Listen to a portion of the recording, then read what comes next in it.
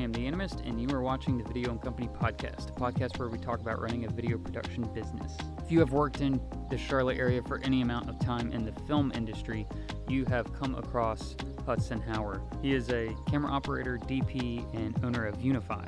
He is full of information and perspective on the business side of filmmaking, as well as doing higher-end commercial work and working with agencies. So let's get on with the show. Here is Hudson Hower. When I'm like having coffee with people or running into people and we're just talking about like projects going on, like your name pops up. People talking trash? No, talking great. It's between you and Chris is coming on next, so it'll just Sick, only work dude. out. That's awesome, man. But I mean, people love your stuff. That makes me feel good, dude. That's always interesting because, you know, I think you say the same, like, because you put out work that I'm like, oh, this looks killer. You know what I'm saying? And like Jake puts out work that I'm like, oh, this looks killer. And like Bradford, like whoever, you know, like I think all sorts of people are putting out amazing work and you're like, dang, like I don't see a scenario the same way these other people see scenarios. And I think I'm like starting to get so stoked on that. Like I'm starting to get so amped and understand why like directors who might be incredible DPs hire other DPs. Cause they're just like, I've learned to like, the way that I like to approach projects is with, you know, you want to plan it, obviously, but I want there to be at least 10% of it that I just don't really know what's going to happen. Mm-hmm. Because the most incredible projects I've ever had have involved that 10% of just straight up discovery, of just things that just happen, that fall into place, that work.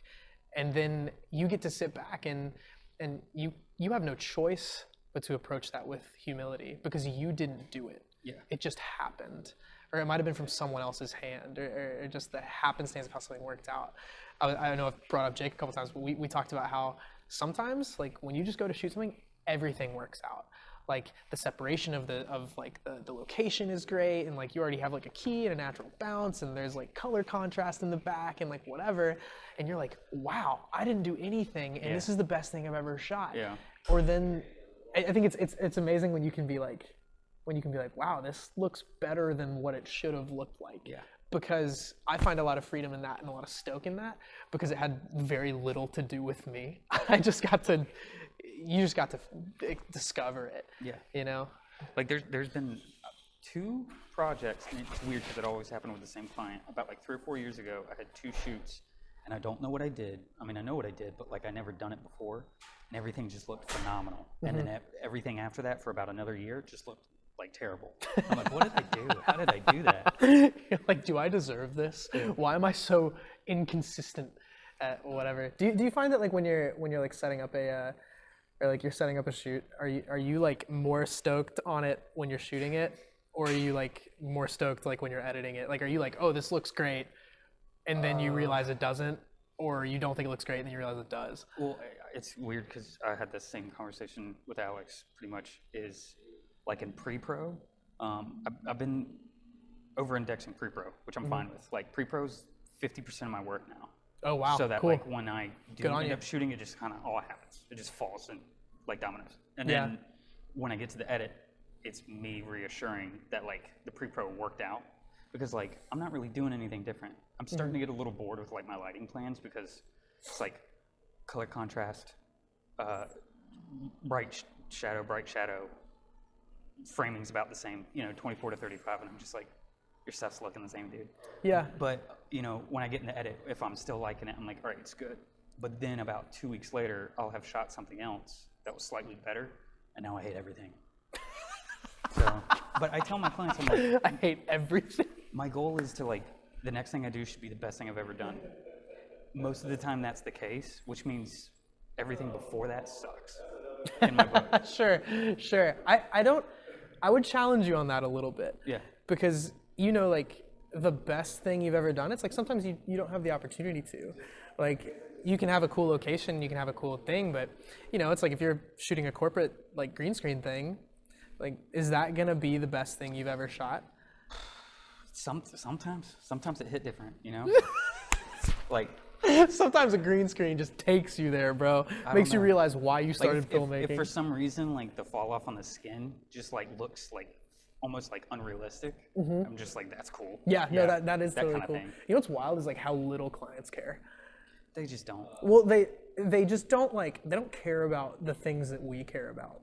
Like when I look at like a film, or like you're watching like exposure or skin tone or like whatever, you're just like no one cares. Well, it's so cool. A lot of my clients are females, and they do love the skin thing. And one actually told me a funny story is I subbed a guy out because I can't remember if I was busy or if I was just swamped or whatever, but I subbed a friend out for the shoot, and when she got it back, it didn't look the same.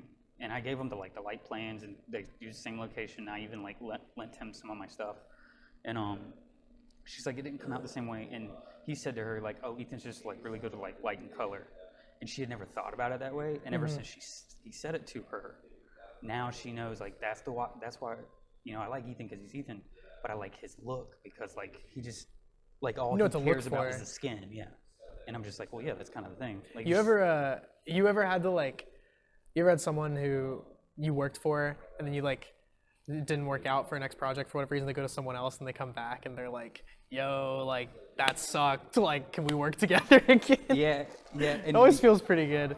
Well, to be honest, sometimes I get a little weird about it, but yeah, it's fine. Because it's twofold. Sometimes I'm just absolutely if it's a money thing or if it's a time thing, absolutely do your thing. But then I'll go home and I'll be it'll just feel different. I'm glad that they did it, but for some reason it's a bad trait and I don't feed it. So yeah, I know what you're talking about. For sure. I love music. You know what I'm saying? Music is what got me into filmmaking, and if I didn't, I'm really picky when it comes to marketing, in that I hate bad marketing. It's not even that I love good marketing. I do.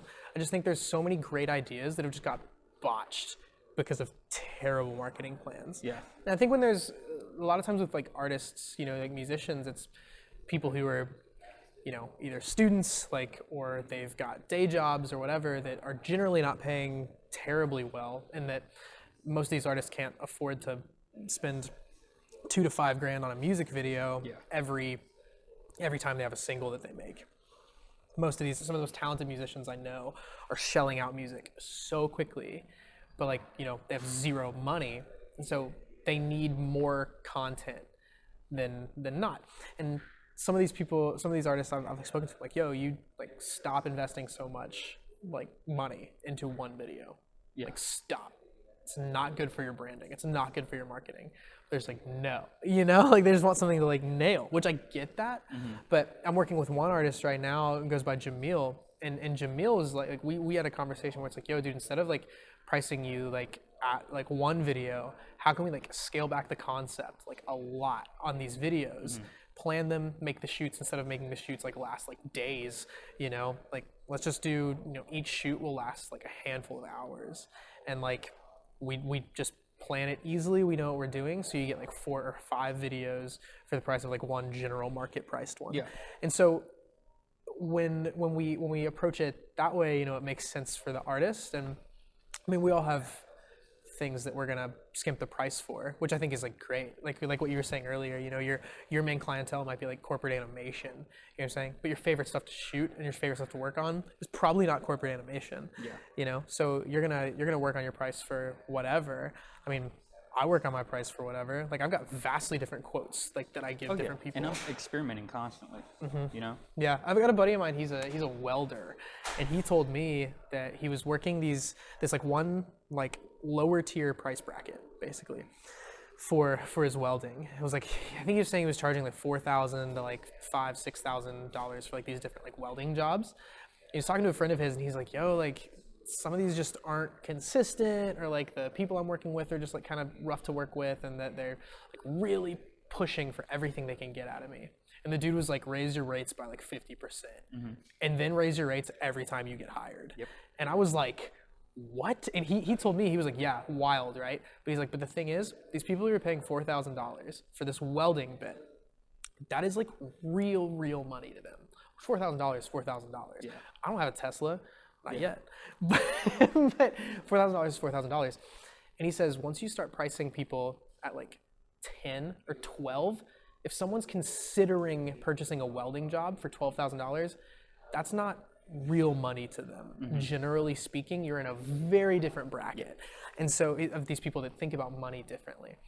And dude, he started to just rake in, and he said, because also, like, let's say you outprice someone's quote, and someone says, hey, our budget's $3,000 or $4,000. Let's say for video, someone says, hey, we have $1,500 to shoot for 2 days, and like it's super ambitious and like whatever, and you're like, yo, I like straight up can't do this. And like, if you're just gonna not do it, tell them it costs 8.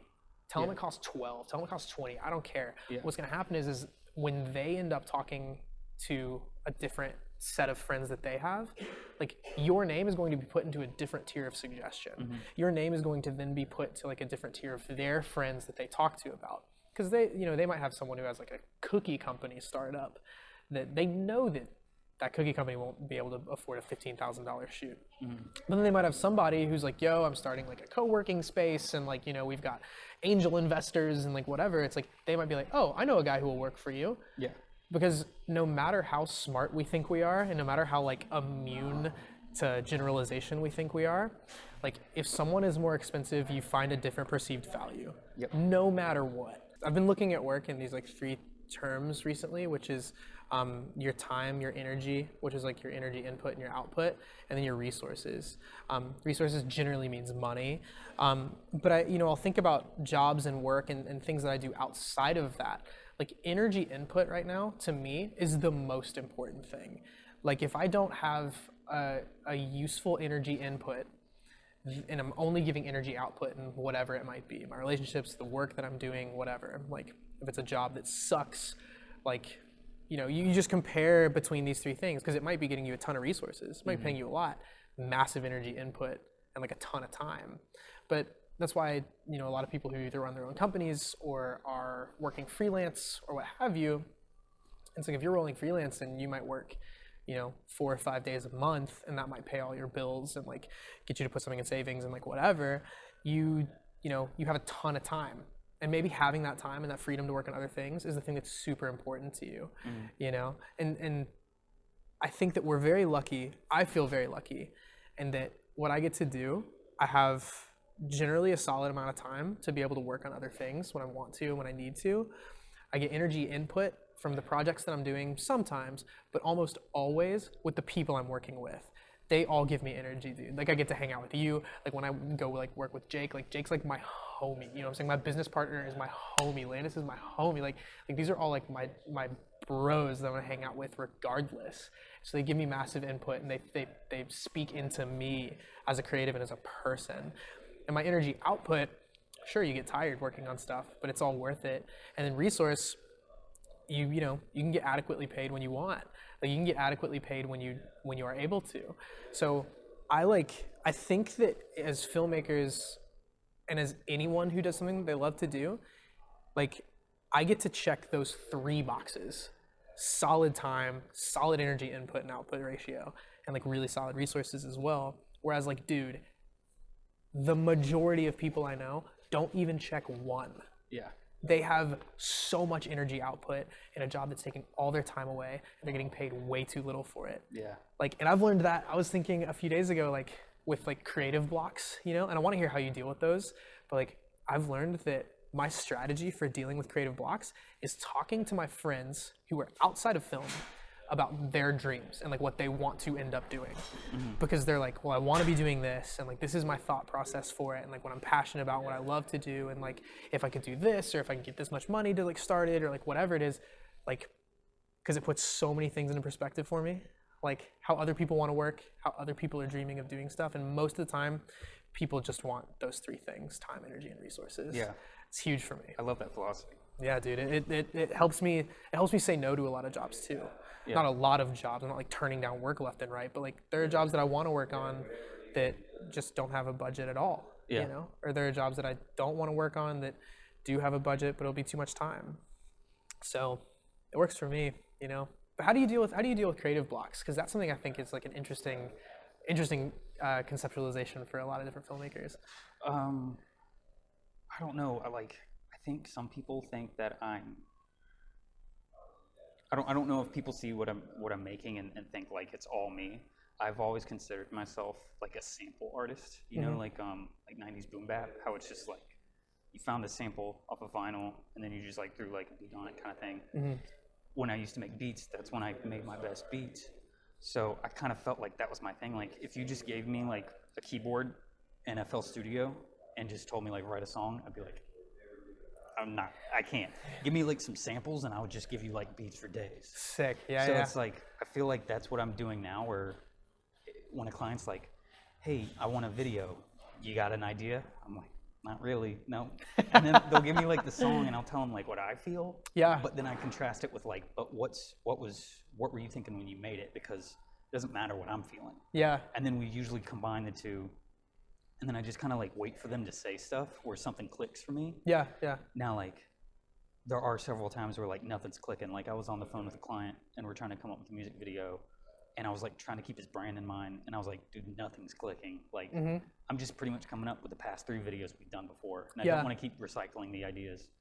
And then I was just like, I just kind of went in my bag of like old ideas that I haven't gotten to use and threw it at him and he loved it. So I was like, this has nothing to do with the song. So like that's how I like deal with those creative blocks, is like if I can't figure out anything on their own, like I try to like take a seed from them and see if like it'll just grow a little bit. Yeah. And then from there we'll figure it out. But a lot of the times I'm stretching. Like there's a shoot this weekend that I'm thinking about rescheduling because it's like, what, 2 days away?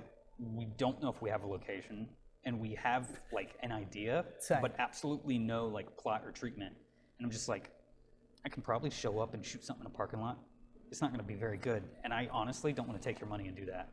Yeah. I would rather us like push it 2 weeks ahead and let me come up with something, because it's like I don't want to just do it because I can, you know? Yeah, my buddy, one of my best friends and someone who does a lot of work with Unify, he works for an NBA team and like their like media team, and he went Is it on the one in town? No, it's in it's OKC Thunder. Oh, okay. It's like I don't know like how like am I supposed to be like I'm like I wonder if this will get him in trouble, but I doubt it will. Well, I can always like take out specifics. Nah, just leave it. Whatever, it's fine. If he gets fired, he'll come back to Charlotte, so that's good. Is he got asked by his boss to like do like basically like this other project, right? And they were basically like, yo, like don't put a ton of effort into it, like make it not as good as your other stuff, you know? Really? Yeah, they were basically like, yo, just like make it easier, like less on you and like whatever. And so he and I were chatting about it because like, you know, it still takes however much time for him to do. And it's like, no one wants to be told like, yo, I want you for not your best work. Like it's such a weird thing because you're still getting paid. Yeah. Like you're still giving like I don't think I've ever run into that. I've definitely run into people who well the language that is used like in my scenario, or like what I'm seeing happen with me is it's like, oh, like we're not looking for like you know, we're not looking for blank, or like we're not looking for it to be like the most amazing blah blah blah, which like is a weird way to approach, like, you know, I mean for sales it's not that weird. When you think about yourself as an artist, it is strange because you know you're not gonna be like, babe, I want to have date night, or like I want to like date you, but like I don't want it to be like this crazy cool relationship. You know what I'm saying? You're like, I don't want it to be like, you know, butterflies in my stomach and fireworks. Or like I'm just trying to like, you know, kind of be like a little passive aggressive and like, you know, just like kick it and like, you know, just get cookout every 2 days, which to be fair, my girlfriend and I get a lot of cookout, which is great. But so no hate. But you know, I mean, it's a strange thought process as an artist of like, you know, you want to do your best work, but you also don't want to waste your time. You don't want to waste the client's time. I've run into that too, man. When you're like, you know, someone's like, it's rushed and like we don't have a lot of time, and I mean, you'll never have everything you want for a project, but based on the parameters you're given, you can absolutely make something good. Yeah. But if you don't have a lot of time and you feel like you're just like throwing something together, you don't want to do that. I think I shot like 8 times in the past 2 weeks, and I'm just like, one day's probably not enough to chill, kind of, you know? Yeah. So. Do you know Josh Hall? What? I don't think so. You should get Josh on too. Josh is like a ray of light in the darkness. Does he work at Caravan? He used to. He was at Caravan for a while. He's freelance now. He does a lot of AC work. Well, like, did he like leave last year or something? When did Josh leave? I think he left in October or November. So he's Joshua Cameron on Instagram, right? Yeah. Oh, okay. Yeah, he is. Yeah. I met him once at the Friday morning. Dude, Josh is great. I'll link you guys too, man. He's fantastic. Really good Super Smash player. I've got a lot of good things to say about Josh. I don't remember why I was bringing up Josh though. What were we talking about prior to this? Rushing, time, I don't know. busy. You should get Josh on. Josh is the best. I would love to. Yeah, Josh is a happy dude. Well, so I'm marketing this version or this second unit of the show as like agency type work. Mm-hmm. So like Matt Tyndall, do you know Matt Tyndall?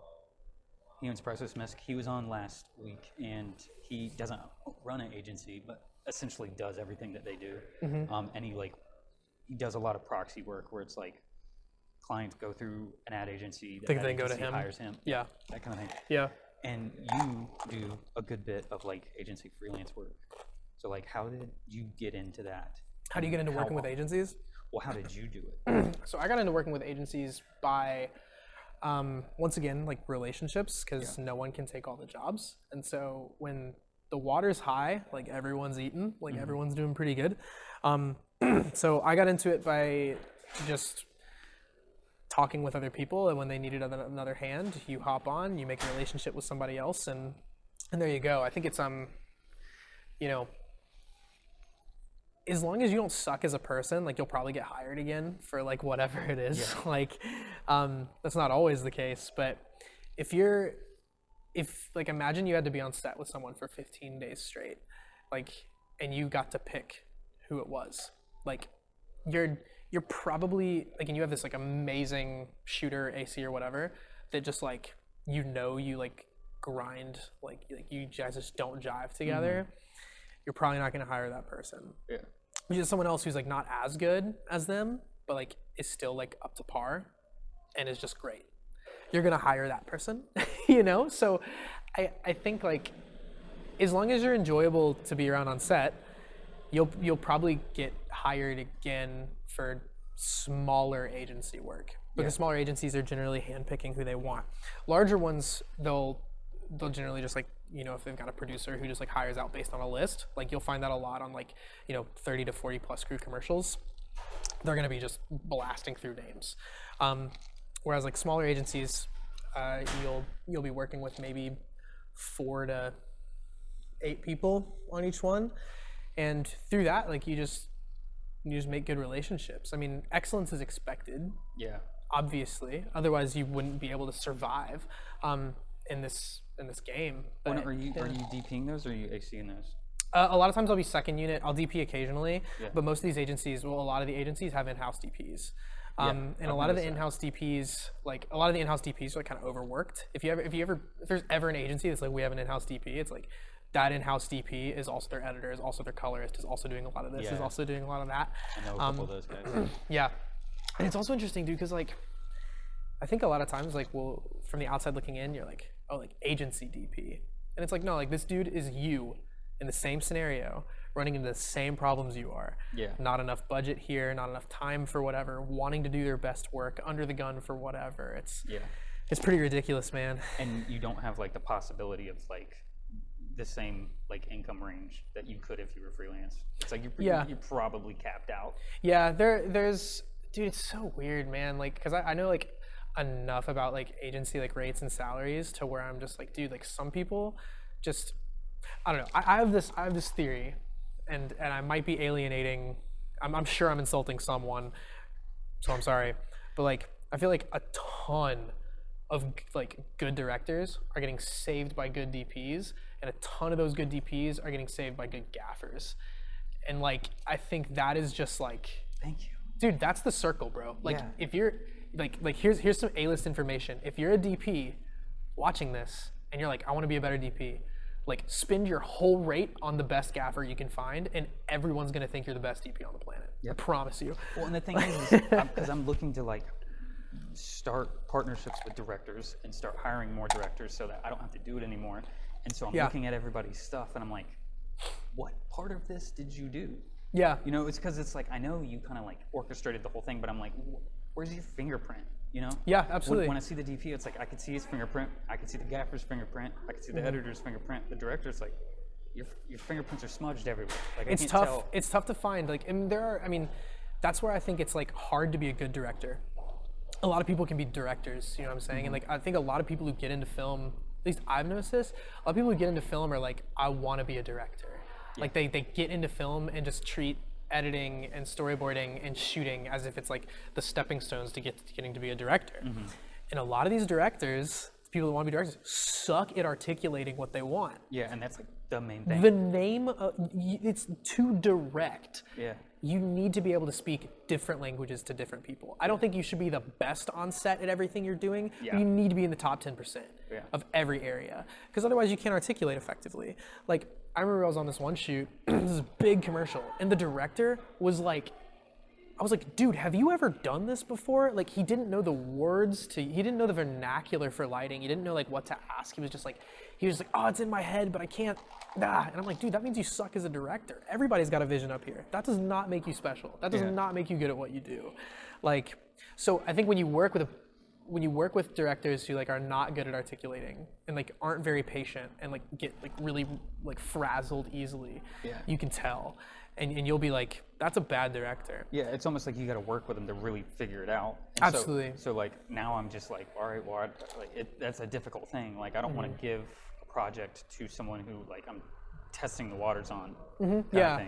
Well, I think like the best directors I've worked with are people who can keep their cool really well. Like people who are just like chill and are just like treating the project with like a massive amount of respect to where it's like not their project. Like they are like, it is a privilege for them to try to discover what the project is supposed to become. Yeah. Like any director who's like, this is my vision, this is everything that I want and like I have. I'm like, dude, number one, like you and I don't drive as people. Like I do not operate that way. Yeah. Which might just mean I'm not your DP. Number two is that you allowing there to be room for that discovery like makes everyone's life easier. You know what I'm saying? It's like if you don't know what you're talking about, like don't lie, you know? But like, dude, like I remember like I heard a story. Do you know Justin Robinson? Yeah. So J-Rob's like a nutty director. Like if anyone's ever seen any of his films, you're like, dang, this guy's like very talented writer as well. There was a shoot, I don't remember which one it was, but he wanted to get like a giggle out of one of the actresses. And like, so he like literally like took like a feather and like tickled her foot under a table. This might just be a legend. I was not there, but this is what I heard. Well, I've heard about the wet socks. The wet socks? Yeah, he wanted someone to be miserable, so he made him wear wet socks all day. That is the best thing, because I had a bet with a friend of mine once where I was like, yo, like loser of this bet has to wear wet socks the whole day. That was the jam. What was that? It was the Nazi movie that he did. Yeah. That's where they Guest did of Honor. wet socks. Dude, that was so good. Bro, people who like, I also think like people who get into film like generally like want to do narrative stuff, and like I've always had like zero interest in like doing a narrative. Same. You too, dude. Yeah. I think we're some of the few. Yeah. In that realm. I've had this narrative idea for like 4 years. It's 5 scenes, 2 people, You 1 should make location, and I was thinking, what if I just make it for marketing for the company? Like, what if I just hire find an investor, like, because I know I could make it for like I could make it for free, or I could get like $2,000 and like at least like hire like actors and directors and take care of everything else and just put it into a festival just to put my company name on it. Yeah. And it would just create like a little buzz. Because every time I've told the idea to people, they always go, whoa. And I'm like, it's probably a good idea. Dude, I don't remember where the saying's from, but someone, I think it was an author, said something like notebooks are just a shortcut to like a notebook full of bad ideas. Yeah. It was like the ideas that you should go with are the ones that won't go away. Yeah. The ones that keep coming back to you years later and years later and years later. It's just been stuck. So if you're like, oh, I've had this for 4 years, I'm like, dude, just do it. Like I've had an idea that like I literally know isn't good. Yeah. But it's been in my head forever. And I'm like, I'm just gonna make it to get done, to get it over with. Yeah. You know what I'm saying? It's like, I don't know. I don't like being manipulated. You know, like I don't like when like a movie is like just spent getting you to like love these characters and they just like kill off a character in some tragic way. And I'm like, come on, like it just makes me so sad. That's like kind of the thought. Well, it's the same thing. It's funny that you brought up that whole like director DP gaffer thing, because I discovered something. I'm sure it's not a huge discovery to most people. For me, it was like enough where I signed up for medium.com so I could write an article about it because I couldn't find any information on it. Have you ever heard of Bill O'Leary? Bill O'Leary is Roger Deakins' gaffer. Sick. If you look at Bill O'Leary's filmography, it's more extensive than Roger's. And like when you start to notice like, oh, that movie, yeah, it looked like that. That movie, it looked like that. You're like, is Bill O'Leary why Roger is amazing? Like it's possible. It's a little bit possible. They started working together like early 90s. So it's like it's right around when Roger like started making hits. Most of the reason, I mean, at least for me, I'm well aware. I'm like, most of what I like is gaffing work and not actual cinematography, or not like DPs. Yeah. I mean, and to be fair, like, once you get into like the expertise of stuff, it's like the DP is like, yo, gaffer, like here's like what I want. Yep. You know what I'm saying? And then like the gaffer and them like kind of work together, and it's not very far like, you know, apart. On like smaller agency things, it's like yeah, like if you just get a good gaffer who like knows what's up, and if you're a director or if an experienced DP who could just be like, yeah, like I want it to just be like soft and directional, and them sit here. Your gaffer is just gonna be like, okay, and just do it. You know what I'm saying? And they're gonna you know, shoot through 2 different diffusions and like, you know, book light off the ceiling and like whatever it is, like they're gonna hit you with something dope. In a way that you couldn't, you know, because you might not know. Do you know TJ Morrison by any chance? I know of him, yeah. Dude, I'll link you too. He's such a phenomenal dude, and like a really cool. He's a killer gaffer. And he's probably a gaffer. been mentioned on the show like more times than anybody else. Well, because he's like the gaffer. Yeah. He's like the dude here that is like building up his like repertoire like really quickly, and doing a great job. Super fun to work with. Everything's great about him. Like, he's a Liverpool fan. It's amazing. It's the best. So so we were on a shoot once, like Jake's an Arsenal fan, and what TJ did was he like played like Liverpool fight songs and would like put him on stands like really high up, or like truss him up, like even truss like his phone up there. So like Jake couldn't do anything but listen to Liverpool fight songs. It was like the best. Like, so funny. But yeah, dude, I think on like the agency side of things with gaffers, it's, you know, I mean, it is overly discrediting to DPs to say that like, oh yeah, a DP is just a gaffer. Yeah. That's not the case, but it makes your job way harder to be a good DP, to be like, okay, how are you going to set yourself apart to where you can't just be replaced by a good gaffer? If a gaffer has 2 hours of camera knowledge, what makes you different? And that's where DPs have to start thinking differently. That's where DPs have to start thinking like, okay, like how does my actual choice of how I shoot what I use, when I use it, actually useful to what we are trying to do? Yeah. And it makes you start to get like really, really articulate with your thoughts and really, really picky with your thoughts, which is very not like, that's a new thought process when it comes to this kind of age, I guess, is it's like, you know, in like the alpha camera world, you know, in like the YouTube world, it's like, what are 5 tips to make your camera look cinematic? It's like, oh, okay, there you go, now you're a DP. And that's a lot of people's thoughts on it. Yeah. And like, that is where all of us started. And that's like where all of us started to learn, like, okay, cool, we did it.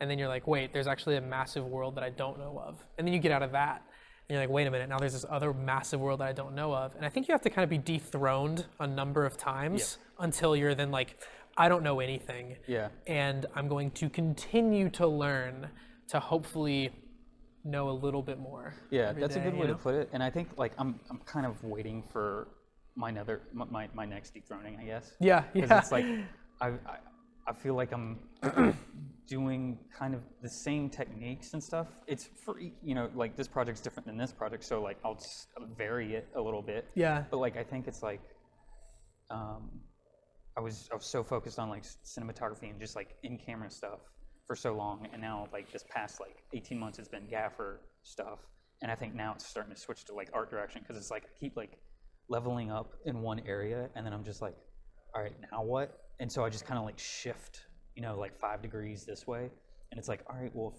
if we like spend more time on art direction, it makes everything look prettier, and it doesn't even matter what light or camera lens you use. Yeah, you know? Dude. If you're addicted to progress, like me, like just progression, like I have to be getting better at something, otherwise I find like no worth. Yeah. You know what I'm saying? It's like really bored. Yeah, you get super bored. I do not like being bored. Absolutely, dude. Like if you're addicted to progression in that way, like it's an odd bridge to kind of traverse, in that like you know you can't do that forever. Like you know that like once you're new at something, you can excel at it really quickly, really fast, and you see that progression. But then once you get to like the intermediate stage, it takes a long time to get out of the intermediate stage. And then when you're advanced, you're like able to answer a lot of questions. But I think is when you start to value like flavor differently. You know, it's kind of like, you know, like when Anthony Bourdain was talking about how like he's like, oh, like people ask me like, what do chefs want to eat? And he's like, chefs want to eat food that like isn't just involved with a lot of like crap in it. He's like, if you want a Philly cheesesteak, eat a Philly cheesesteak. That's the kind of stuff chefs just want to do. You know, he's like, they just want to eat what's appropriate for what they're feeling and where they're at. And I'm like, I think a lot of DPs want to do that. They want to shoot something that's like appropriate for the project. You know, and at least like in with Unify, like when we talk to clients, like I am always trying to figure out, like you use the word like fingerprint, like I use the word thumb, like same thing. I'm just like, I want to find out what we want to do like for them. Like we're doing, we like just opened up like a social media management and like content creation side of Unify. Okay. And our first clients are Stable Hand and Hex Coffee. Nice. And so we're like, okay, Were you telling me about them? Maybe. No, it was the espresso company guy. He was telling me about Stable Hand. Sick, yeah, that's dude. awesome. Their coffee is ridiculous. But so we're like, okay, your thumbprint's here. Like what do we want to do here? And the thumbprint of like Hex, like as a roastery versus like Stable Hand as a cafe are like completely different. One's like really, really jovial and like really like bright and like really personable and approachable, and the other one's just like pretty badass in that it's like, yo, this is like a really top tier A-list like coffee company, you know, that's making like seriously the best coffee on the East Coast, like, and how are we going to adequately market this? Because you can't just get moody tones and post it across the board and make it okay. You know, like, because that's not going to work for a bright, colorful area. Like, it's not going to work for, you know, everything. So you got to learn how to find the best identity for whatever you're working on. Which, you know, I will use the word discovery. I'll just like beat that to hell and back. It's like, you know, you want to treat it like a person, treat it like an identity. Luckily, they do have really solid branding, so it's easy to like So build good. off of. Absolutely, it's so good. Like it won't be hard for us to like make anything from scratch with them. But it like when you have like new clients coming in and like new people, and a lot of times it's like new ideas. You're like, this is what we want to do, and we want to like kind of help understand the brand a little more. Like we're working with Charlotte Esports, and Charlotte Esports has their team is called Charlotte Phoenix, and we had like a brand identity meeting with the owners, and we were like, you know, like what are the characteristics that you want people to think of when they think of Charlotte Phoenix? And they're like, well, that's like a really big question because this is something they really, really care about. And you're like, yo, if you only have like 3 to 5 bullet points people can think about when they think about you, or think about like the Animist, or think about, you know, Charlotte Phoenix, it's like you're gonna think about that, you know? And so they were like family, and I'm like, everybody says family. Like Google says family. Like what, like why does it matter? Like to you, why does family matter? And they're like, well, just like phoenixes, like when phoenixes like die and burst into flames, like they come back, and like when our teams like fail, and like, you know, when we like fall, like it's all about coming back. It's all about sticking together when it's like hard. And I was like, so family, but only when sacrifice is involved, because otherwise it's just Google. And they're like, yes, sacrifice, family and sacrifice. I'm like, those are huge bullet points, because if someone signs on with your team and they know that's like part of your thumbprint, that it's not just like, oh, okay, like once we do bad, we're gonna get kicked off. Like, you know, there's a ton of esports teams where that's just the case. Like they'll sign teams like for 3-month contracts just under the impression they know they're gonna sign someone better later. They're like, no, we're gonna work through it. I'm like, dude, those are huge branding things, and like, you know, just ask questions, bro. Like some people just want to put like, you know, I don't know, super mist filters and haze everything and shoot anamorphic and call it a day no matter what they're shooting. But it's like, dude, not everything calls for that. Like, don't be lazy. Like, you're being lazy. Stop. I can really appreciate you saying that too. Like, it's not for you most of the time. The work's not for you. And sometimes you get it. Sometimes you're allowed to like have a little bit of your flair in there, which is great. Like, it's awesome. And I mean, like, no hate to like super artistic stuff. The reason I bring those things up is because I love those things. You know what I'm saying? Like, I want lenses that just mess up the image, and I want like, you know, X, Y, and Z. But like, sometimes you just need to Sometimes you're shooting a commercial campaign for a talking head Republican senator that you have like not a single thing in common with on a green screen, and you're like, all right, I'm shooting Sigma. You're like, I need it to be sharp and fall off and not be interesting, and that's it.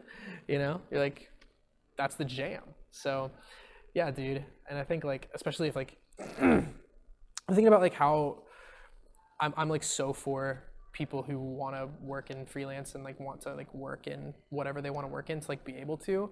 Like if you want to get in with agencies, like do your best to get in with people who are already working at those agencies. Hit up producers, like just utilitarian. Hit up producers. Like your director isn't really making the decisions as much as a lot of times you think, because the director doesn't care that much, or they care, but they hire good producers because they trust good producers.